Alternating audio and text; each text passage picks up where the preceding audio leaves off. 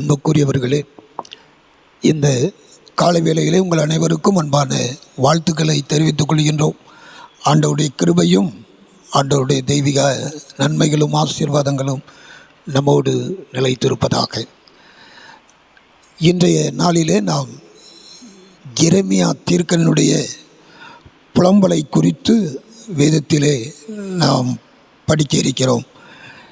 எரேமியாவின் புலம்பல் என்று சொன்னாலே அது அழுகை, உள்ளத்தின் பாரம், உள்ளத்தில் எழுகின்ற வேதனை, உள்ளத்தில் வருகின்ற துயரம் என்பதை நாம் தெளிவாக அறிகின்றோம்.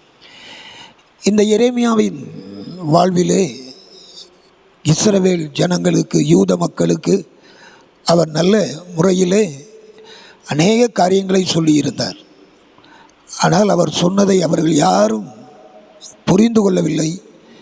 அவருடைய வார்த்தைகளுக்கு அவர்கள் செவி மடுக்கவில்லை. ஆகவேத்தான் நாம் எரேமியாவின் புத்தகத்தை படிக்கின்ற பொழுது எரேமியாவின் மீது அவர்கள் குற்றம் சுமத்தினார்கள்.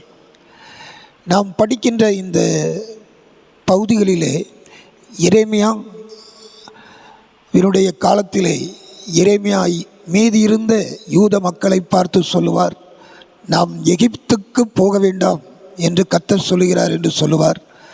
ஆனால் அங்கே சொல்வார்கள் அவருக்கு எதிரானவர்கள், நாம் அங்கேத்தான் போக வேண்டும், நீ ஏன் எங்களை கல்தேயருடைய பட்டணத்திற்கு, இந்த பாபிலோனருடைய தேசத்துக்கு போய் அங்கே போய் நாங்கள் வேதனை அனுபவிக்க வேண்டுமா, அதுக்கு தான் நீ சொல்லுகிறாயா என்றெல்லாம் அவரை குற்றம் சுமத்தினார்கள். நாம் வேதத்தில் படிக்கின்ற பொழுது இந்த எரேமியாவினுடைய புலம்பலிலே மிகவும் அவருடைய உள்ளத்தின் பாரம், உள்ளத்தின் காரியம் அங்கே வெளிப்படுவதை நாம் தெளிவாக அறிந்து கொள்ளலாம். அதற்கு முன்பதாக உபாகமத்தின் புத்தகம் 7வது அதிகாரம் நான் சுட்டிக்காட்ட விரும்புகின்ற காரியம் என்னவென்று சொன்னால், முதல் வசனம் முதல் நீங்கள் படித்தீர்கள் என்று சொன்னால் 14வது வசனம் வரைக்கும் இந்த ஜனங்களுக்கு மோசையின் மூலமாக ஆண்டவர் சொல்லுகின்ற காரியம் ரொம்ப தெளிவாக ஆண்டவர் சொல்லியிருப்பார். என்ன சொல்லியிருப்பார்? நீங்கள் போகிற தேசத்திலே அந்த ஜனங்களோடு நீங்கள் சம்பந்தம் கலக்கக்கூடாது, அந்த தேசத்தின் ஜனங்கள் வழிபடுகின்ற அவர்களுடைய தேவர்களை நீங்கள் வழிபடக்கூடாது, நீங்கள் வழிபட்டீர்கள் என்று சொன்னால் கர்த்தர் உங்கள் மேல் கோபம் கொள்ளுவார். அப்படியெல்லாம் அவர் சொல்லிட்டு 5வது வசனத்தில் சொல்லுவார், நீங்கள் அவர்களுக்கு செய்ய வேண்டியது என்னவென்றால், அவர்கள் பலிபீடங்களை இடித்து, அவர்கள் சிலைகளை தகர்த்து, அவர்கள் தோப்புகளை வெட்டி, அவர்கள் விக்கிரகங்களை அக்னிகளை எரித்து போட வேண்டும், சம்பந்தம் கலவக்கூடாது, அவர்களுடைய காரியங்களில் ஒன்றையும் நீங்கள் கை கொள்ளக்கூடாது. ஏனென்று சொன்னால் 6வது வசனத்திலே சொல்லுவார், நீ உன் தேவனாகிய கர்த்தருக்கு பரிசுத்த ஜனம். நீ உன் தேவனாகிய கர்த்தருக்கு பரிசுத்த ஜனம். பரிசுத்த ஜனமாக இருக்கிற நீ அந்நிய தேசத்திலே அந்நிய மக்கள் செய்கின்ற எந்த ஒரு காரியத்தையும் நீ செய்யக்கூடாது. யான் நீ கர்த்தருக்கு பரிசுத்தமான ஜனம் என்பதை அவர் சொல்லுகின்ற பொழுது அங்கே முதலாவதாக அவர் சொல்லுவார் 7வது வசனத்திலே, உன் தேவனாகிய கர்த்தர் உன்னை தமக்கு சொந்தமாய் இருக்கும்படி தெரிந்து கொண்டார். கர்த்தர் உங்களை அவர் சூஸ் பண்ணியிருக்கிறார், உங்களை செலக்ட் பண்ணியிருக்கிறாரு. ஆகவே அந்நிய தேசத்திலே நீங்கள் போய் சேர போகிறீங்க, கானான் தேசத்தில் போக போகிறீங்க. அங்கே இருக்கின்ற மக்கள் வழிபடுகின்ற வழிபாடுகள் இவைகளையெல்லாம் நீங்கள் மேற்கொள்ளக்கூடாது. கர்த்தர் உங்களை தமக்கென்று பரிசுத்த ஜனமாக தெரிந்து கொண்டார்.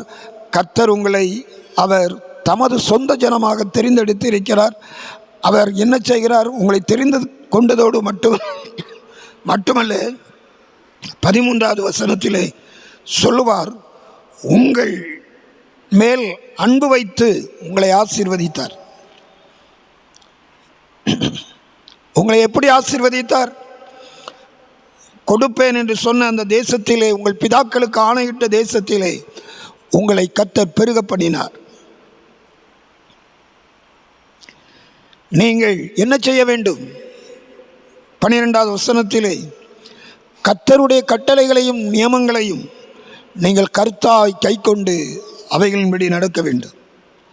நீங்கள் சகல ஜனங்களை பார்க்கிலும் ஆசீர்வாதமாக இருப்பீங்க அப்படி சொல்லி கர்த்தர் அவர்களுடைய காரியங்கள் எல்லாவற்றையும் தெளிவுபடுத்தி மிகவும் நேர்த்தியாய் அவர்களுக்கு காரியங்களை சொல்லி அனுப்புவதை நாம் பார்க்கிறோம்.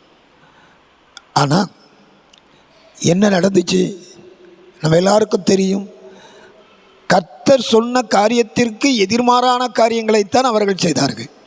நான் ஏற்கனவே சொன்னேன், அரசர்களை குறித்து படிக்கின்ற பொழுது அந்த தேசத்தின் குடிகள் செய்த அருவருப்பான காரியங்களை காட்டிலும் அதிகமான காரியங்களை யார் செய்தா? இந்த யூத மக்களும் இஸ்ரவேல் ஜனங்களும் செய்தார்கள். கர்த்தர் கோபம் கொண்டார். கர்த்தர் கோபம் கொண்டார். அன்புக்குரிய ஆண்டவருடைய பிள்ளைகளே, அன்பு கூர்ந்த கடவுள், ஆசீர்வதித்த கடவுள், பெருக பண்ணின கடவுள் அவர்கள் மீது கோபம் கொள்கின்ற அந்த சூழலை உருவாக்கி கொண்டார்கள். காரணம் ராஜாக்களின் தலைமைத்துவம், ராஜாக்களுடைய தலைமைத்துவம். இந்த ராஜாக்கள் இல்லைன்னா ஒழுங்காக போயிருப்பாங்க. இந்த ராஜாக்கள் வேண்டும் என்று கேட்டார்கள். 1 சாமுவேல் 7-8 அதிகாரங்களை நீங்கள் வாசித்து பார்த்தீங்கன்னா, எங்களுக்கு அரசன் வேண்டும், அந்நிய தேசத்தில் இருக்கிற மற்ற தேசத்தில் இருக்கிற ஜனங்களுக்கு இருக்கின்ற அரசனை போல எங்களுக்கு ஒரு அரசன் வேணும்.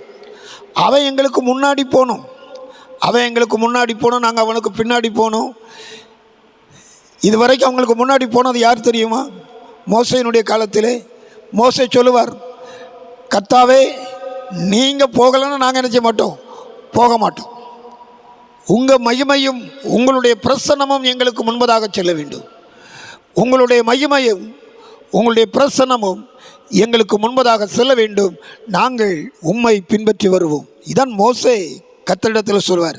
நீங்கள் போகலைன்னா நாங்கள் பாளையத்தை விட்டு என்ன செய்ய மாட்டோம், புறப்பட மாட்டோம்.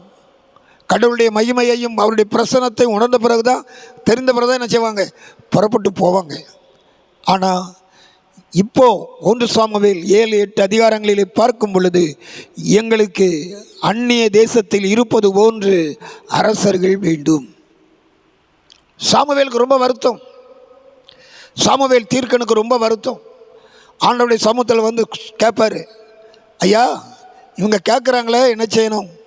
கர்த்தர் சொல்லுவார், என்ன கேட்குறாங்களோ அப்படியே கொடுத்துரு.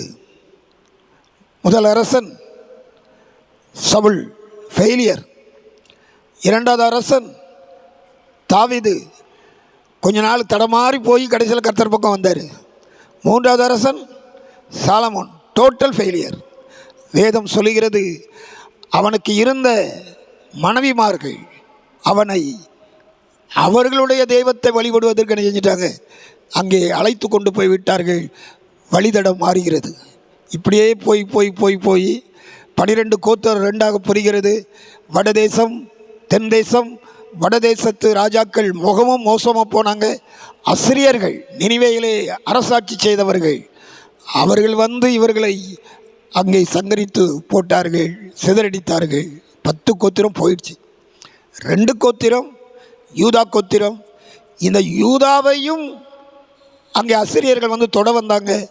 அப்பொழுதுதான் இந்த தீர்க்கர்கள் எல்லாம், நாம் இப்பொழுது பார்க்கின்ற எல்லா தீர்க்கதரிசிகளும் தீர்க்க தரிசனம் சொன்னாங்க. அதில் எரேமியா சிறப்பாக சொல்லுவார், நீங்கள் இதையெல்லாம் செய்யாதீங்க, கடவுளுக்கு பிரியமில்லாத காரியம், இதெல்லாம் நீங்கள் பண்ணாதீங்க. அவருக்கு ரொம்ப தண்டனை கொடுத்து விட்டானுங்க. யாருக்கு? எரேமியாவுக்கு.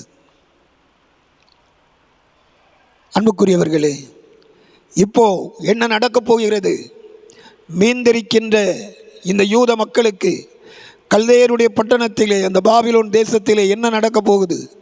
மீந்திருக்கின்றவர்களுக்கு செய்யப்பட போகின்ற தீமைகள், அவர்களுக்கு இருக்க போகின்ற பலவிதமான வேதனைகள், அவைகளைத்தான் எரேமியா புலம்பலிலே அவர் புலம்புகிறார். இப்போ நீங்கள் போய் வாஸ்து பார்த்தீங்கன்னா, ஒவ்வொரு அதிகாரமாக வாசித்தீங்கன்னா, அவருடைய உள்ளத்தின் பாரம், அவருடைய உள்ளத்தின் வேதனை, அவருடைய உள்ளத்தின் காரியம் மிகவும் மிகவும் அங்கே சொல்லுவதற்கு ஏதுவாக அமையவில்லை. அவர் சொல்லுவார், நீங்கள் முதல் அதிகாரத்திலே புலம்பலிலே எடுத்துக்கொள்வீர்கள் என்று சொன்னால், யூதா ஜனங்கள் உபத்திரவப்படவும், 3வது வசனத்திலே கொடுமையான அடிமை வேலை செய்யவும் சிறைப்பட்டு போனார்கள். எங்கே இருந்து விடுவித்து கர்த்தர் கொண்டு வந்தாரோ, மீண்டும் அதே அடிமைத்தனம் எங்கே போயிடுச்சு? பாபிலோன் தேசத்திற்கு சென்ற பொழுது சிறைப்பட்டு போய் அடிமை வேலை செய்ய ஆரம்பித்தார்கள். 6ஆம் வசனம் சொல்லுகிறது, சீயோன் குமாரத்தியின் அழகெல்லாம் போய்விட்டது. ஜெருசலேமின் அழகு, சீயோன் பட்டணத்தின் அழகு, யூத ஜனங்களின் அழகு, அந்த பட்டணங்களில் இருந்த மகிமை எல்லாம் அற்றுப்போய் விட்டது.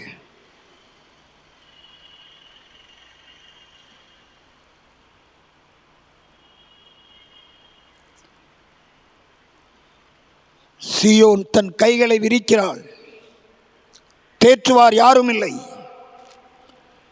தேற்றுவார் யாரும் இல்லை. கடைசி வசனம் 1வது அதிகாரத்தில் சொல்லப்பட்டு இருக்கிறது, என் பெருமூச்சுகள் மிகுதியாயின, என் இருதயம் பலட்சியமாயிருக்கிறது.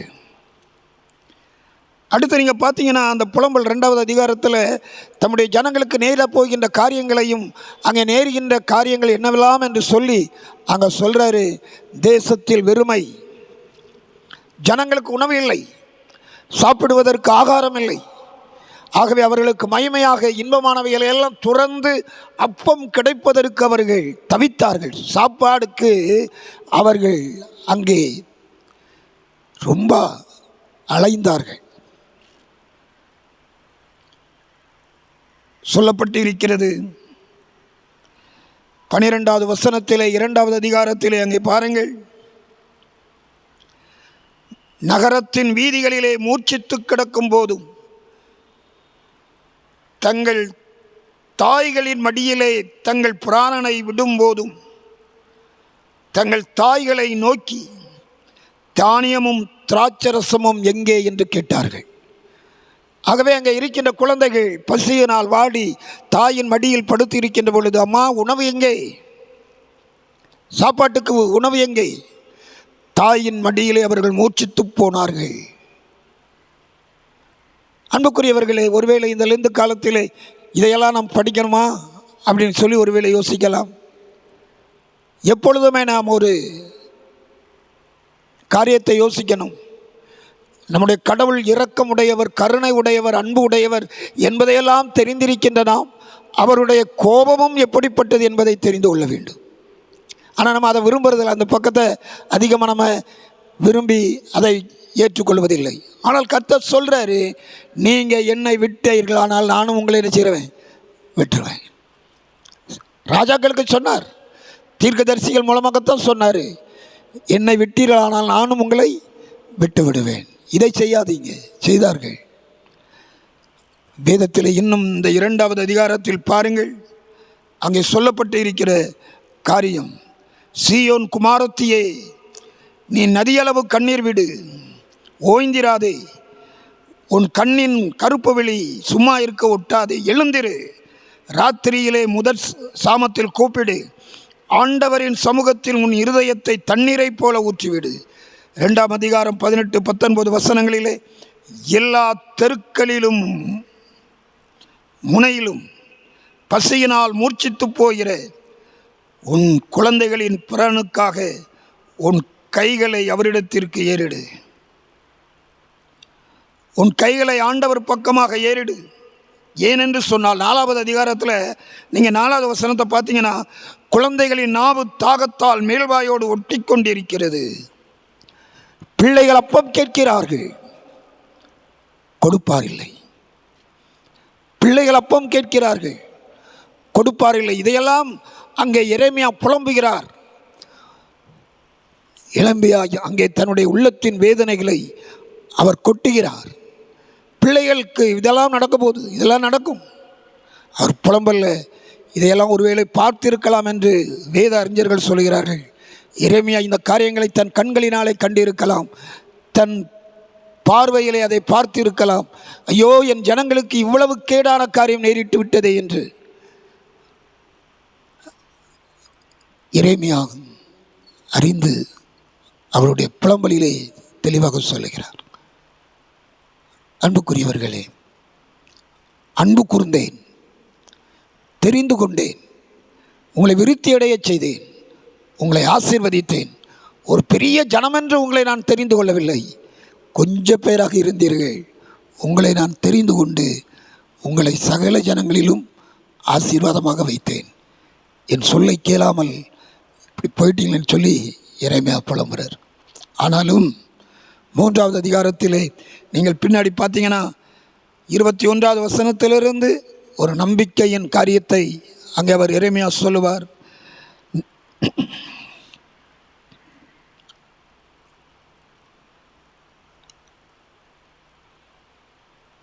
பதினேழாவது வசனத்தில், என் ஆத்துமாவை சமாதானத்துக்கு தூரமாக்கினார், சுகத்தை மறந்தேன், என் பலனும் நான் கர்த்தருக்கு காத்திருந்த நம்பிக்கையும் அழிந்து போயிற்று என்றேன். ஆனாலும் எட்டியும் பிச்சுமாகி என் சிறுமையையும் தவிப்பையும் நினைத்தருளும்.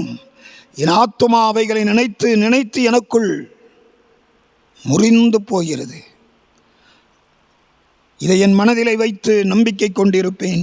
நாம் நிர்மூலமாகாது இருக்கிறது கர்த்தருடைய கிருபையே. அவருடைய இரக்கங்களுக்கு என்ன இல்லை, முடிவில்லை. ஆனால் கடவுள் இறங்குவார்.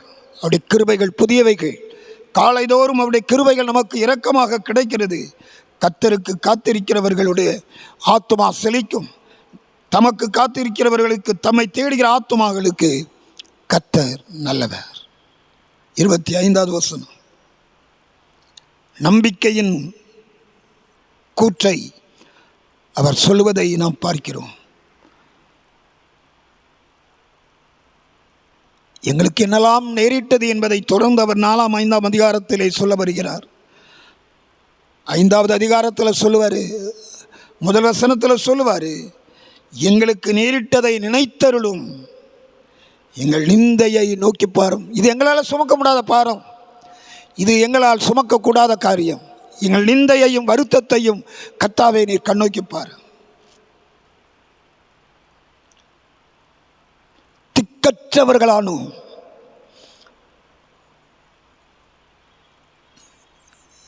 எங்கள் வாழ்க்கை தாய் தந்தை இல்லாத ஒரு நிலை போல் ஆகிவிட்டது. தண்ணீரை பணத்துக்கு வாங்கினோம், விறகுகளை காசு கொடுத்து வாங்கினோம். பாரம் சுமந்து எங்கள் கழுத்து நோகின்றது. நாங்கள் உழைக்கிறோம், அமைதி இல்லை, சமாதானம் இல்லை, மகிழ்ச்சி இல்லை. எங்கள் தேசத்தின் முதியவர்கள் எல்லோரும் வருத்தப்படுகிறார்கள்.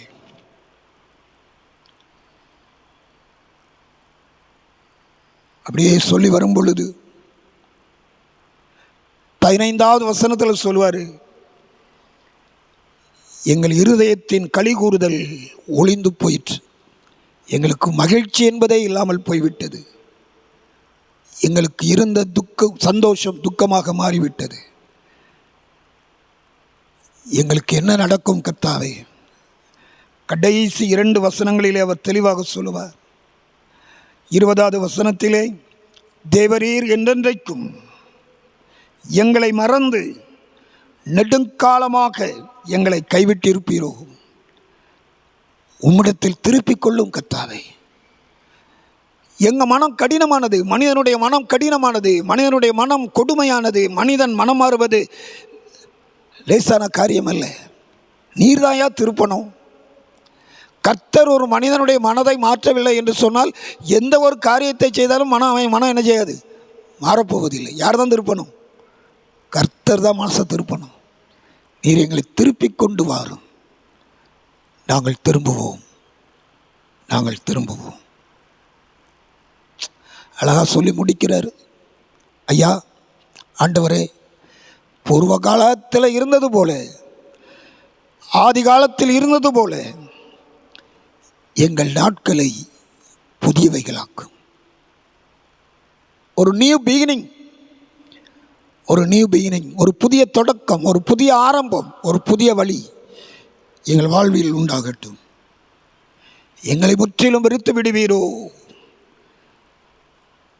எங்கள் பேரில் கடும் கோபமாயிருக்கிறீரே. நீர் இவ்வளவு கோபமாயிருக்கிறீர் ஏனென்று சொன்னால், எங்கள் மூதாதையர்களும் எங்கள் பிதாக்களும் நாங்களும் என்ன செய்தோம்? பாவம் செய்தோம். இதைத்தான் நெகேமியா சொல்லுவார். நீங்கள் நெகேமியாவின் புத்தகம் 1 அதிகாரத்தை வாசித்து பார்த்தீங்கன்னா சொல்லுவார், நாங்கள் என்ன செய்தோம்?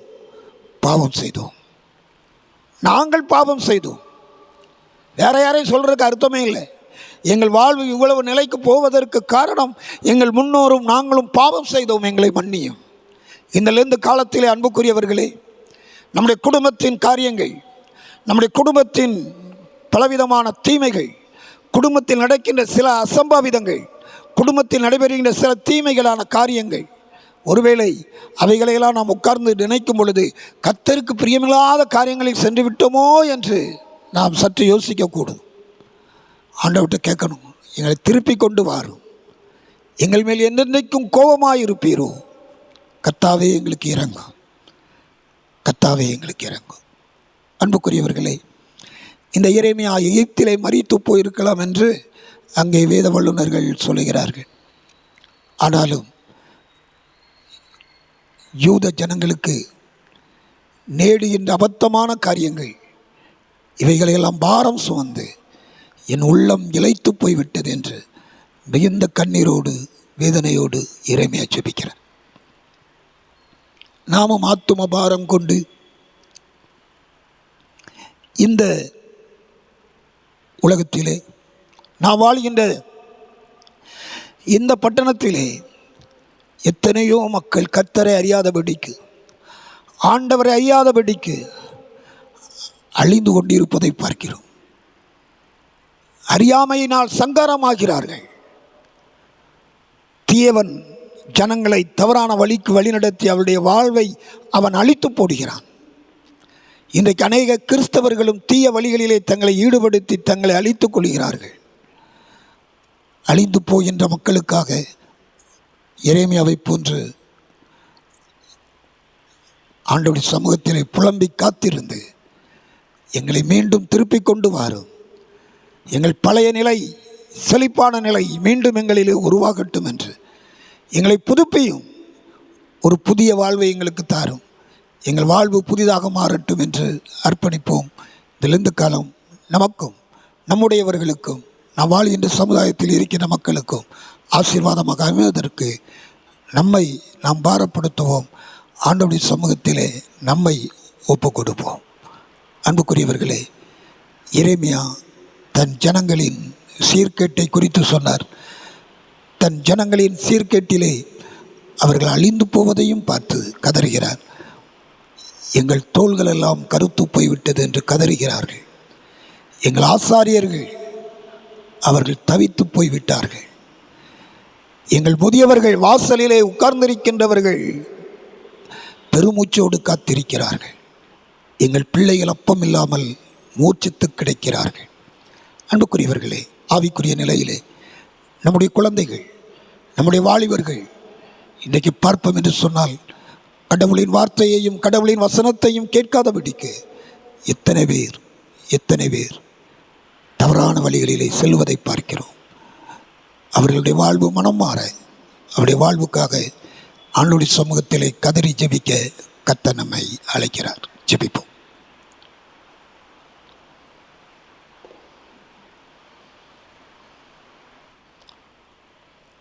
அன்பின் தகப்பனே, இந்த நல்ல லெந்தன்னும் காலங்களில் காலை தியான நேரத்திற்காக உமக்கு தோத்திரோம். இஸ்ரவேல் ஜனங்கள் மீது அன்பு கூர்ந்தீர். கொஞ்சமாயிருந்த அவர்களை தெரிந்து கொண்டீர். அவர்களை விருத்தியாக்கினீர், ஆசீர்வதித்தீர்.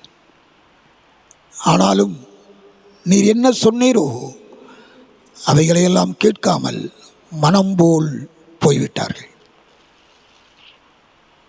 மன்னியும் கர்த்தாவே. நாங்களும் பல நேரங்களிலே கடவுளின் வார்த்தைகள் எங்களுக்கு சொல்லப்படும் பொழுது இறை வார்த்தை எங்களை தேடி வரும் பொழுது நாங்களும் பல நேரங்களிலே